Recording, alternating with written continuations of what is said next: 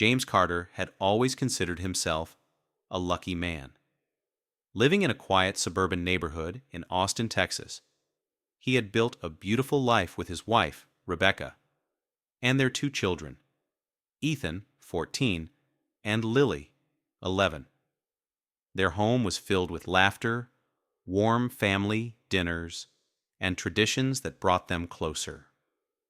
Rebecca, a high-powered corporate executive, was often busy with work, but James didn't mind. He had stepped away from his engineering career years ago to manage the household and raise their kids. This particular evening felt no different. It was one of those rare nights when Rebecca was home early, and the family enjoyed dinner together. The sound of clinking silverware mixed with the children's giggles as James told a story from his college days.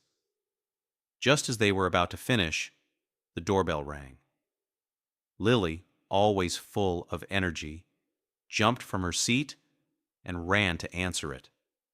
But when she returned, her expression was pale, her excitement replaced by confusion.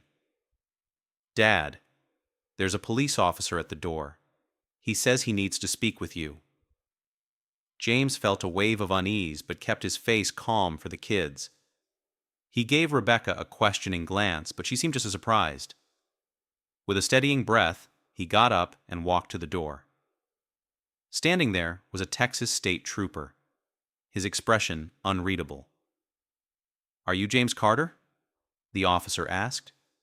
"Yes, that's me," James replied, his stomach tightening. "And you're the husband of Rebecca Carter?" James nodded, now feeling a cold sense of dread creeping into his chest. The officer hesitated, then spoke in a solemn voice. "Sir, I'm afraid I have some difficult news. Your wife's plane, it's missing.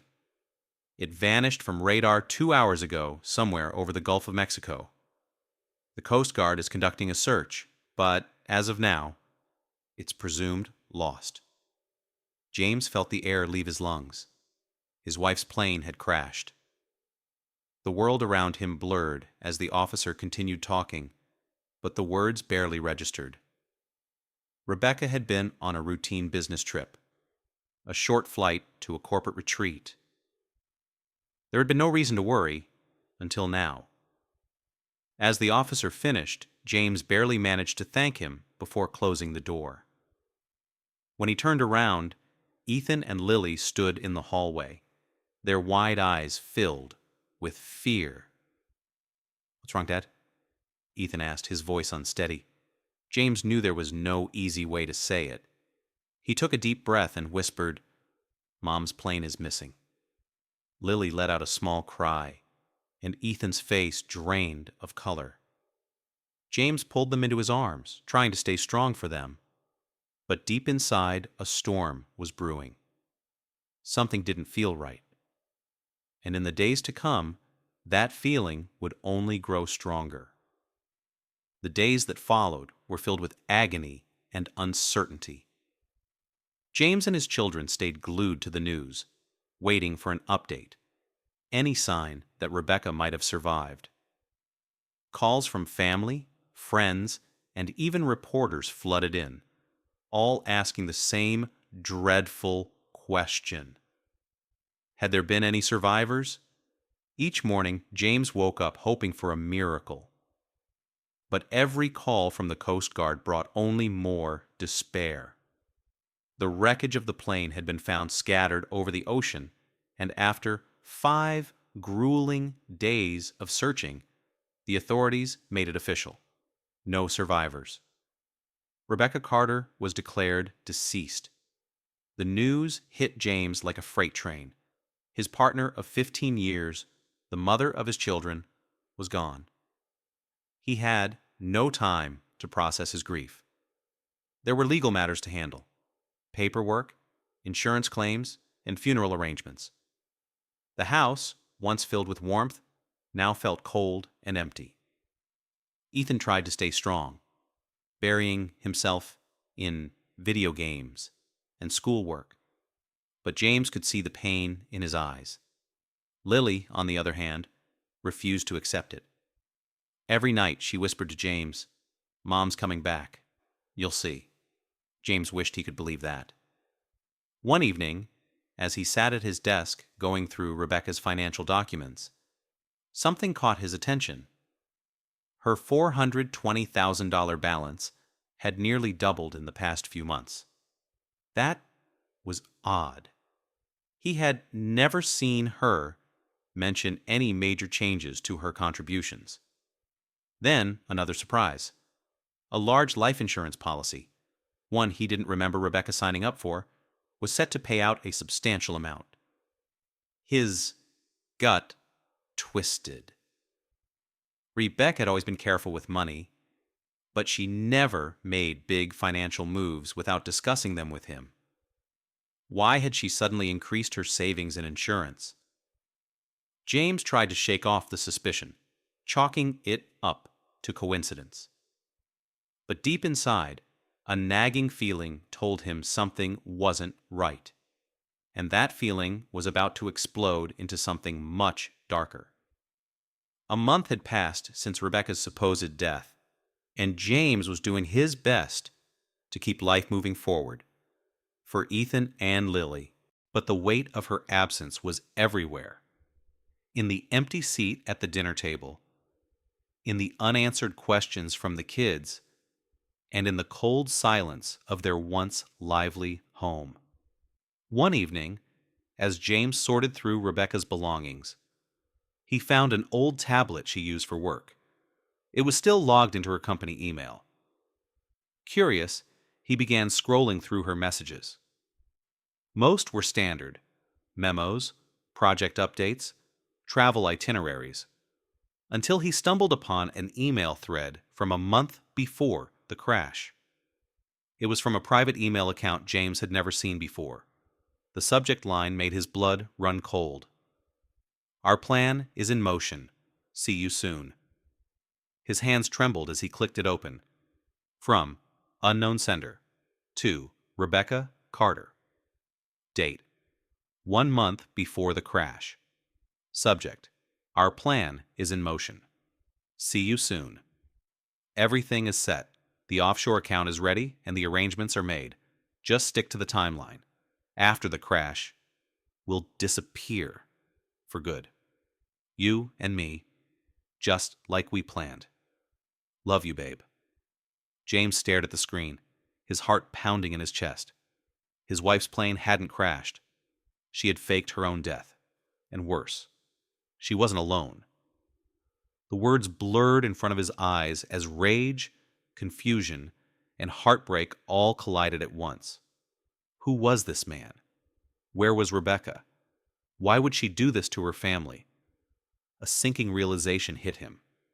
This wasn't just an affair, this was something bigger. James knew one thing for sure. He wouldn't rest until he found out the truth. And when he did, he would make her regret every single lie. James sat frozen in his chair. Rebecca's betrayal staring him in the face. The woman he had shared his life with, built a family with, had orchestrated an elaborate lie. Not just an affair, but an entire new life behind his back. His hands clenched into fists as he forced himself to breathe. He had spent the past month mourning a ghost while Rebecca was out there, alive with another man. But where? James clicked on the email sender's profile, but there was no name, no details. A burner account. His mind raced as he scrolled through Rebecca's messages, looking for any trace of her whereabouts. Then he saw it. A hotel reservation.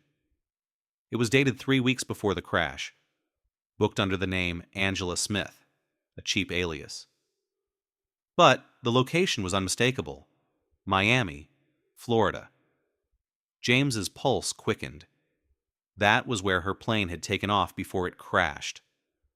Was that where she had staged her disappearance? He had to be sure. James dug through their shared finance records. Rebecca had always been careful with money, but now he saw the pattern. 2 months before the crash, expensive dinners and jewelry purchases in Miami. A month before the crash, a large cash withdrawal. 2 weeks before the crash, a one-way ticket to the Bahamas, after her plane had supposedly gone down. That was it. That was where she had gone. James's grief turned into cold, calculated rage. She wasn't just cheating, she was erasing him and their kids from her life. And she thought she had gotten away with it. Not a chance. James wasn't going to sit back while the woman who betrayed their family ran off to paradise with another man. She had built a new life, but James was about to destroy it. He grabbed his car keys. It was time to go to Miami. James booked the first flight to Miami, his mind racing with thoughts of Rebecca's betrayal. Every passing second fueled his rage, making it harder to keep a clear head. How long had she been planning this? How could she abandon her children like they never mattered? The moment his plane landed, he rented a car and drove straight to the hotel listed in the email. He parked across the street, his hands gripping the steering wheel as he studied the building. A luxury beachfront resort. Of course, if Rebecca had truly vanished, she wouldn't be hiding in plain sight. No, this was just another step in her carefully crafted plan. James entered the hotel lobby, keeping his expression calm. He approached the front desk, forcing himself to act normal. "Hi, I think my wife might have left something here. She was a guest a few weeks ago, under the name Angela Smith. Could you check your system?" The receptionist hesitated before typing on her keyboard. Angela Smith. Yes, she checked in for 4 nights, but she already checked out 2 weeks ago.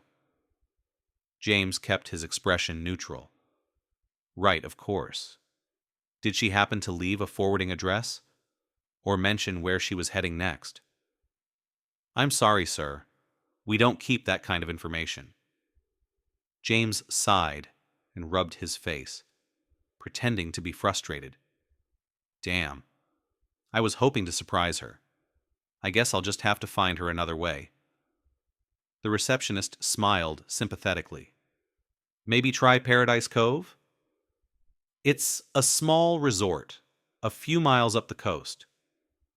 Many of our long-term guests go there for privacy." James nodded. That was the lead he needed. Paradise Cove. That's where she was. James walked out of the hotel, his heart pounding. Rebecca thought she had escaped. She had no idea her past was about to catch up to her. James drove toward Paradise Cove, the exclusive, low-profile resort mentioned by the hotel receptionist. His knuckles were white against the steering wheel, his mind racing with anger, heartbreak, and confusion. The betrayal cut deeper than anything he had ever experienced.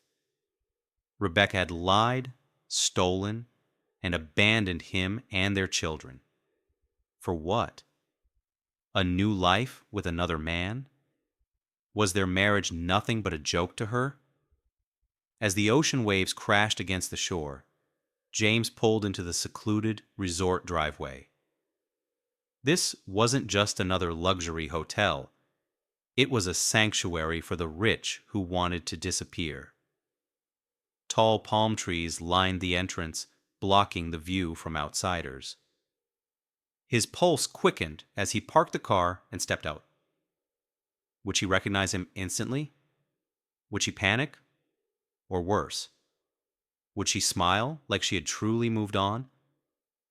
James walked through the open-air lobby, scanning the area. Couples sipped cocktails by the pool.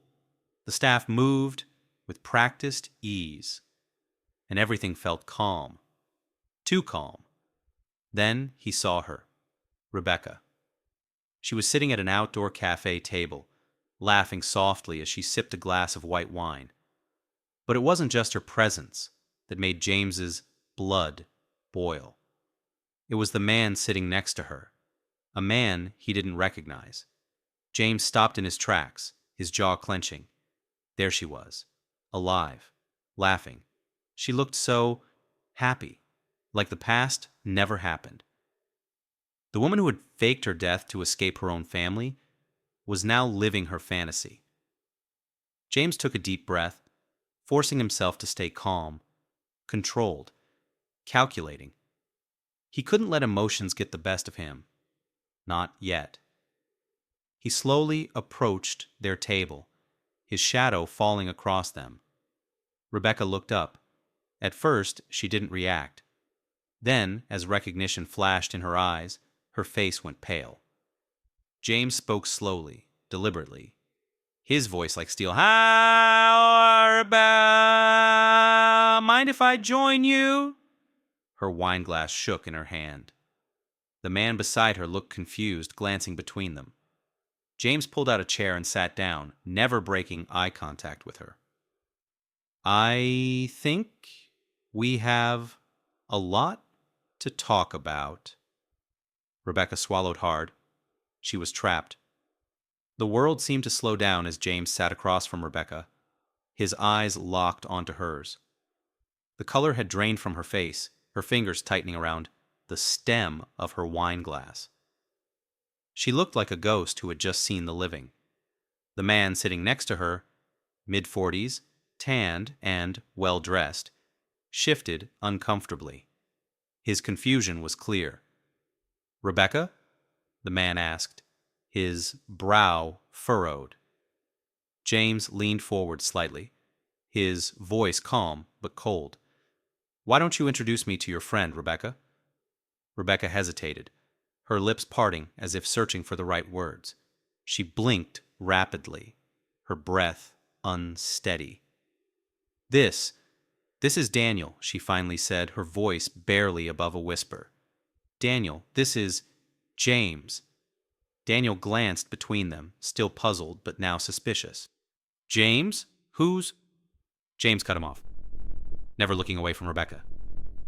"Her husband." Daniel froze.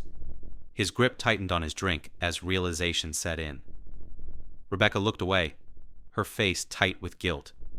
She swallowed hard, her throat visibly working. James chuckled, but there was no humor in it. "What's wrong, Rebecca? Didn't expect to see me again? Thought I'd just grieve and move on while you played house in paradise?" Rebecca's fingers trembled as she set her wineglass down.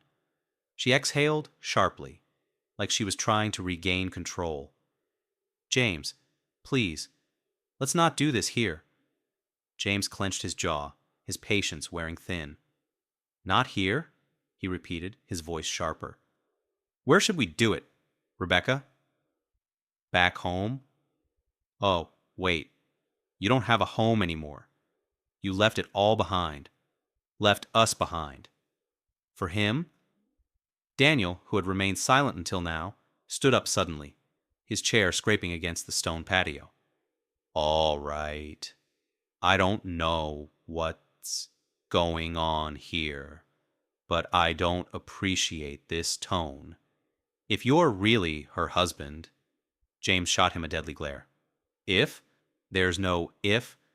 I buried my wife a month ago, the same wife who's sitting across from me, drinking wine with you." Daniel's face paled. He turned to Rebecca, eyes narrowing. "What the hell is he talking about? You said you were a widow." Rebecca's lips quivered. "Daniel, James cut in. "Tell him, Rebecca. Tell him the truth." She clenched her fists, her entire body tense. "James, I was going to explain everything. I had no choice." "No choice?" James hissed, leaning closer. "You faked your own death. You made your children believe you were gone. I held our daughter while she cried herself to sleep every night, thinking her mother was never coming back. I planned your funeral. I answered questions from the police, the media, our families." His voice broke for the first time, but he quickly swallowed down the raw pain. And you say you had no choice? Rebecca winced. James, please, I know it was wrong, but... But what? James pressed. But you needed to run? But you wanted to start over? But you didn't love us anymore? Rebecca's breath hitched, her eyes darting around as if looking for an escape. Daniel, who had been staring at her, suddenly took a step back. The horror in his expression was undeniable. You really faked your death here? He whispered. Rebecca, tell me he's lying. She didn't answer. Daniel cursed under his breath and raked a hand through his hair. He grabbed his phone, shaking his head. I need to... James stood abruptly, grabbing Daniel's wrist before he could make a call. His voice dropped into a low, dangerous tone. You're not calling anyone. Not yet. Daniel yanked his arm away. Who the hell do you think you are?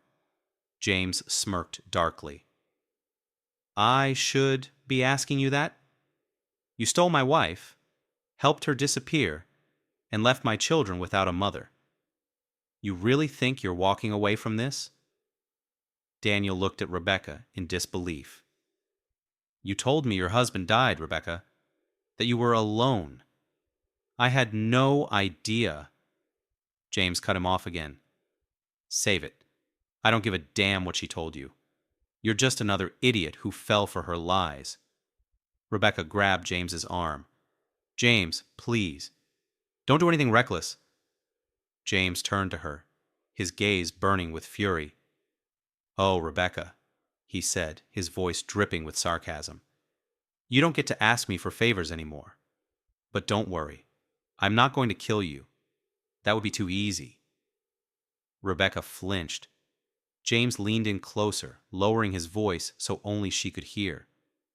I want you to feel what I felt. To lose everything.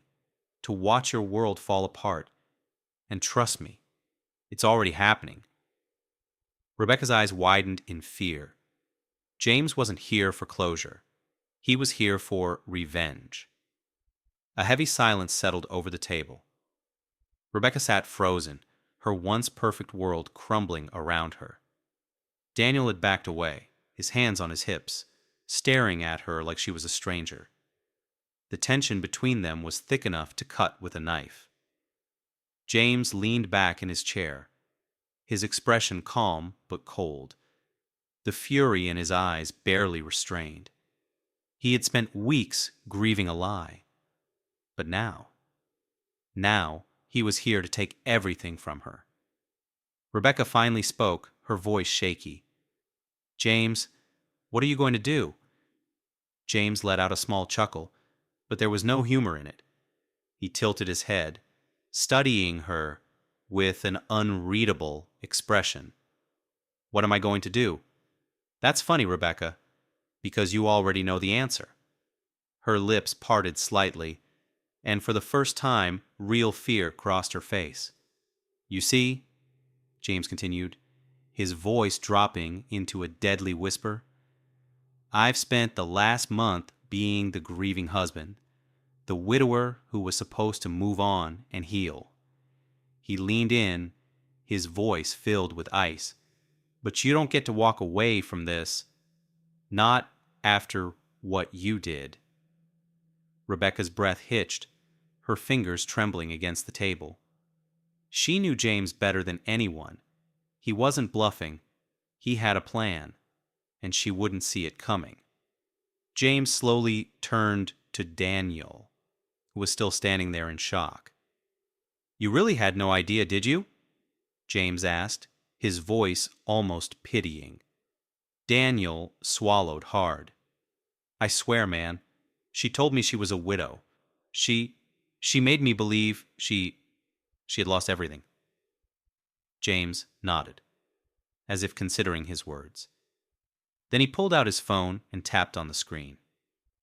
Hey, Daniel, James said casually. How about I introduce you to the real Rebecca Carter? With one swift motion, he slid his phone across the table. The screen was lit up, displaying an email thread between Rebecca and her lover, the one James had found on her tablet. Daniel's face twisted in horror as he read through the messages. Messages where Rebecca had detailed their entire escape plan. You planned all of this? Daniel's voice was hoarse, betrayal dripping from every word. Rebecca opened her mouth, panic flashing across her face. Daniel, please! But Daniel wasn't listening. He pushed his chair back and stood up so quickly that his drink nearly toppled over. I left everything for you, he whispered, shaking his head. I thought you loved me, but you were just using me. Weren't you?